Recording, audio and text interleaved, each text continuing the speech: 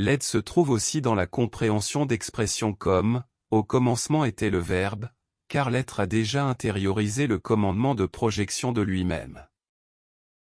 Il a déjà compris que le Verbe était en Dieu, car Dieu est le propre être, se créant lui-même, et s'insérant dans la vie créée, de manière habile et mystérieuse. L'être est donc le seul Dieu, la parole perdue et retrouvée, le mystère résolu, et le début et la fin en lui-même. Les prochaines étapes se déroulent sur un chemin déjà connu et maîtrisé par un être conscient, dont la réponse est de faire ce qui doit être fait. Autrement dit, rien ne change au-delà de la propre conscience. La grâce du jeu réside, paradoxalement, dans l'éveil d'autres êtres, puisque ce paradoxe place l'être déjà éveillé dans la conscience qui se disperse à travers l'univers créé. L'être, qui auparavant arbitrait tout, devient l'habitant le plus commun, et en même temps, le plus inhabituel de l'univers, car il est désormais omniscient, omniprésent, et omnipotent. Cette victoire sur la création, le ramène à elle, à un lieu où le cercle sans fin, l'est justement parce qu'il n'a jamais eu de commencement.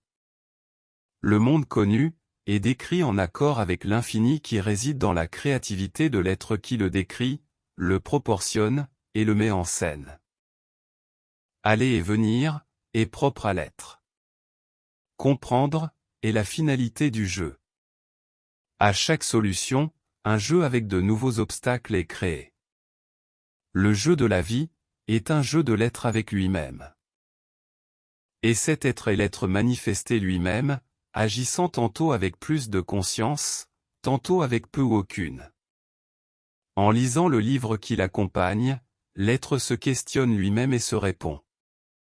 Ce qui est en haut est, en effet, égal à ce qui est en bas. C'est quelque chose de naturel, et parfaitement compréhensible. Rien ne se réalise, en tout lieu ou environnement, aussi divers qu'il puisse paraître, de manière différente. Tout obéit au même principe, un principe gardé secret, et recherché par tous, en tout temps.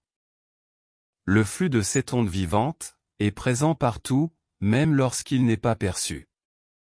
Le texte lui-même flotte ainsi, obéissant au principe d'aller et venir. Parfois, il peut sembler ennuyeux, mais il culmine toujours en explosion de lucidité.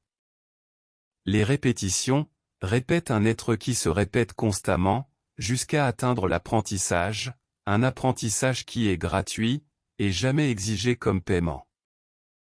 Pour cette raison, les faux enseignements qui exigent prestige et argent pour ces connaissances sont condamnés, tant dans les écoles que dans les sociétés.